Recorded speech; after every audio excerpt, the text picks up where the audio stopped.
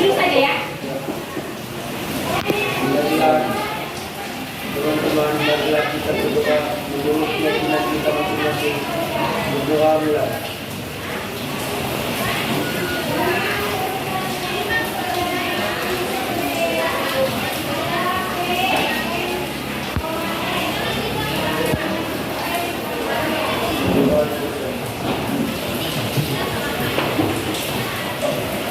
Ada yang tahu pelajaran kali lalu apa ya? Materi kali lalu yang telah kita pelajari. Oh iya, silakan Haji. Materi kalian yang pertama, kemiskinan sebagai masalah sosial. Yang kedua, kriminalitas sebagai masalah sosial. Yang ketiga, kesenjangan sebagai masalah sosial. Ya, jadi minggu lalu itu kita telah pelajari kemiskinan sebagai masalah sosial, kriminalitas sebagai masalah sosial, dan kesenjangan sebagai masalah sosial. Sebelumnya Ibu absen dulu ya.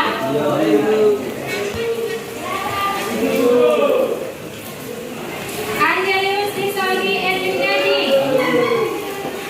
Deliana,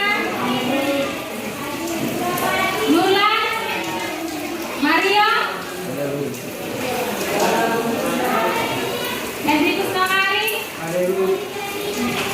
Paulini ke tujuan pembelajaran. Setelah mengikuti proses pembelajaran, peserta didik diharapkan dapat yang pertama menganalisis ketidakadilan sebagai masalah sosial. Yang kedua, menganalisis dampak masalah sosial terhadap kehidupan publik secara tepat dan benar. Yang ketiga, menganalisis pemecahan masalah sosial untuk mencapai kehidupan publik secara tepat dan benar. Inilah ketiga tujuan pembelajaran yang kita akan capai hari ini. Oke? Sekarang kita lanjut. Ini gambar apa? Pengangguran ya?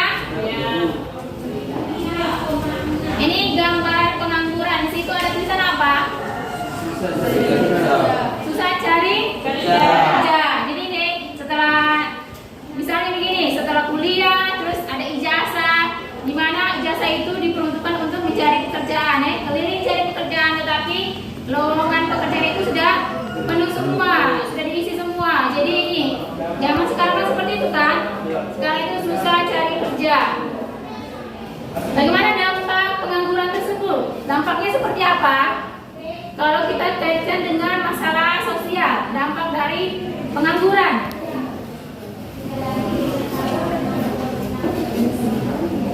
Ya, apa?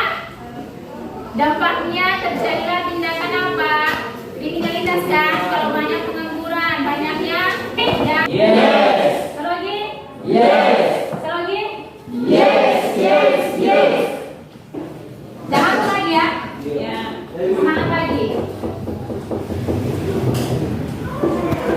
Kita lihat dampak masalah sosial. Pertama, ini dampak negatif ya. Dampak negatif. Yang pertama, meningkatnya tingkat kriminalitas. Baik, yang tadi Ibu sudah jelaskan tadi kan? Manakala kalau misalnya terjadi pengangguran, tidak mendapatkan pekerjaan, maka terjadilah tingkat apa? Kriminalitas, seperti pencurian. Apalagi selain itu, selain dampaknya, dampak kriminalitas apa lagi? Pembegalan tadi ya.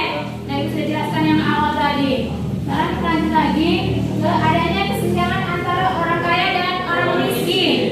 Jadi sangat terlihat jelas kan? Terlihat jelas bahwasanya orang kaya kehidupannya seperti apa, rumahnya, pemakaian alat-alat elektroniknya, kendaraannya sama berbeda dengan orang miskin yang hanya mungkin memakai apa, sepeda atau mungkin jalan kaki, atau rumahnya mungkin hanya sebatas rumah biasa, yang berbeda dengan rumah orang kaya yang sangat mewah ya. Itu adanya kesenjangan antara orang kaya dan orang miskin. Ini dampak dari masalah sosial. Yang ketiga, adanya perpecahan kelompok. Jadi masalah sosial itu di antaranya itu membentuk sebuah kelompok-kelompok kan. Misalnya ada kelompok pejabat, ada kelompok petani, ada kelompok apa orang miskin, ada kelas atas, kelas bawah, kelas menengah. Jadi itu jadi adanya perpecahan kelompok. Ini dampak dari masalah sosial. Munculnya perilaku menyimpang. Perilaku menyimpang itu perilaku yang tidak sesuai dengan nilai dan norma yang ada di masyarakat.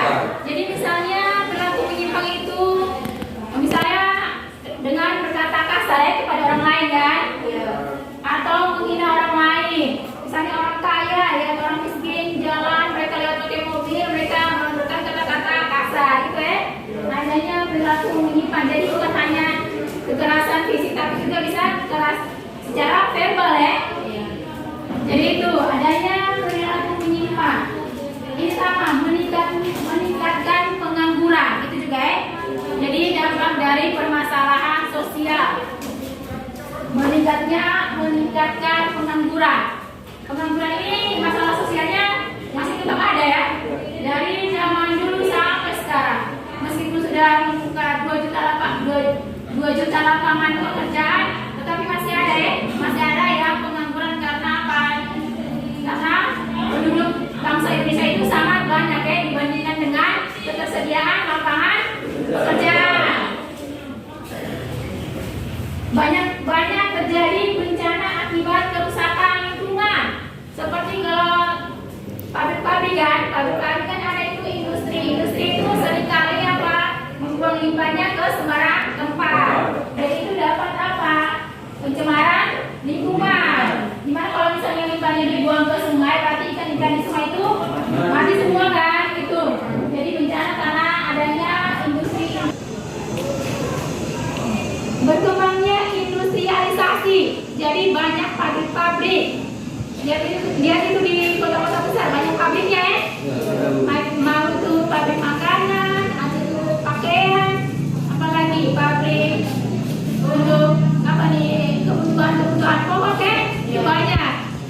Jadi dengan adanya industrialisasi ini menciptakan juga lapangan pekerjaan. Dengan mereka membuka perusahaan atau membutuhkan karyawan ya, itu.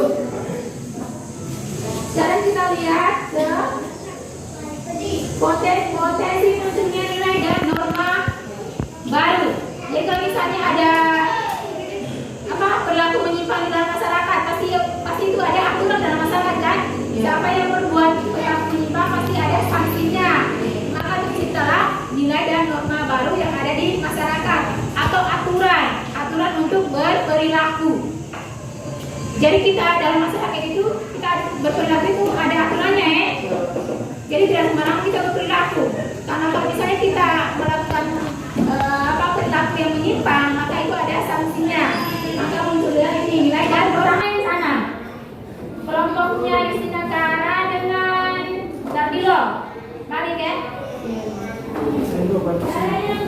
Balik anak-anak.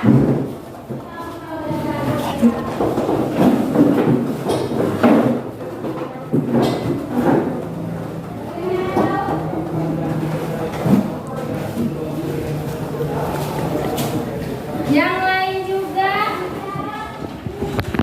ini kelompok 3. Balik silakan kerja Ari, Polisi, balik.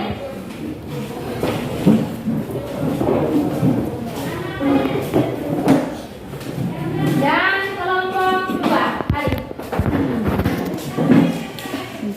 Balik cepat.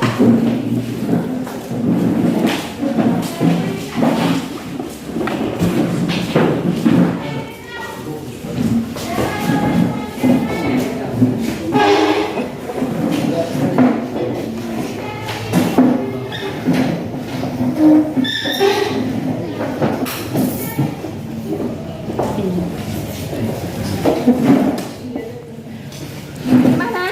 Mengerti pekerjaannya? Di sini kurang deh.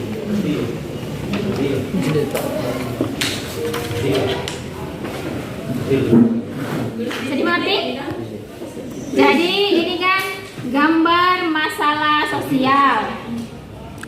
Jadi di situ tulis dulu nama kelompok di sini. Gambar ini masalah sosial, ini stereotip ya. Jadi dampak dari stereotip itu apa? Terus alternatif solusi yang dilakukan itu seperti apa? Hasil yang dicapai itu seperti apa? Setelah solusi itu didapatkan, berarti ada hasil yang akan dicapai kan dari solusi itu. Kalian buka halaman ini, halaman 54. Di situ ada ya materinya di situ semua. Sudah mengerti kelompok 1? Sudah Ibu.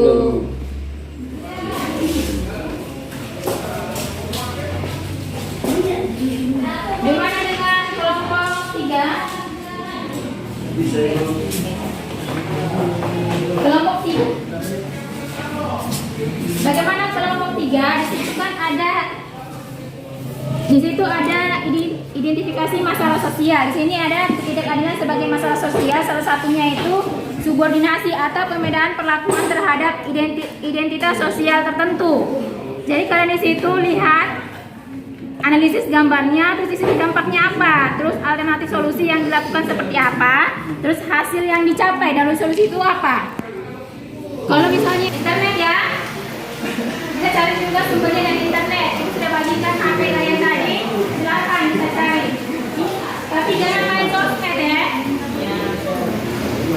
Bagaimana, sudah sampai nomor berapa? Masih dampak? Iya, masih dampak. Dampak dari pemikiran itu ya, pemikiran kelompok-kelompok itu.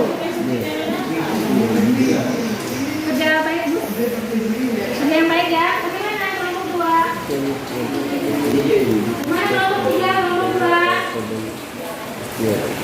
Kelompok 3 bisa. Dampaknya apa? Masih dengan proses pengerjaan. Ya, silakan. Dan sudah mendengarkan penjelasan dari Ibu. Terus kalian Ibu kasih LKPD untuk dikerjakan secara berkelompok dan sudah mengerjakan semua kan? Ya. Setelah itu pertemuan berikutnya kalian akan mempresentasikannya bersama dengan teman kalian, teman kelompok ya.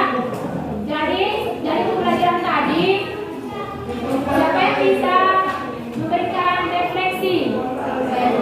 Ya, Kristina Kara, bisa ya caranya? Saya mengerjakan kelompok bersama teman-teman mencari dampak solusi dan hasilnya. Jadi tadi Kristina Kara merefleksi dirinya, yaitu dia mengerjakan pekerjaan kelompok secara bersama-sama dengan baik ya. Dengan apa? Dengan kerjasama kelompoknya baik, sama-sama mencari, sama-sama membicarakan masalah, dan dituangkan dalam tulisan. Itu refleksi dari Kristina Kara.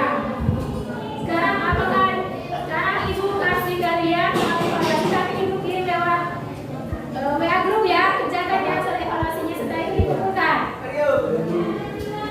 Setelah itu apakah ada yang bisa menyimpulkan? Ya, Adi silakan, suaranya besar ya. Kesimpulannya, 1. Ketidakadilan masalah sosial. 2. Dampak masalah sosial. 3. Solusi pemecahan masalah sosial. Jadi materi yang kita bahas tadi ada apa? Ketidakadilan sebagai masalah sosial, ada apa tadi? Stereotip, marginalisasi, subordinasi, ya kan? Setelah itu ada apa? Dampaknya, ada dampak positif, ada dampak negatif. Setelah itu kalian berdiskusi. Jadi setelah semua rangkaian kegiatan kita selesai, marilah kita menutup perjumpaan kita kali ini dengan berdoa. Sampai jumpa pertemuan berikutnya. Siapa yang memimpin doa? Eliana.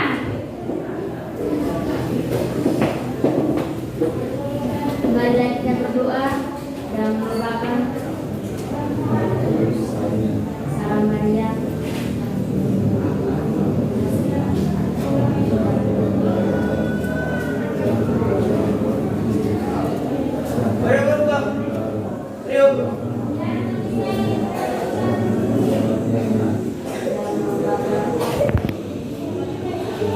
Juga.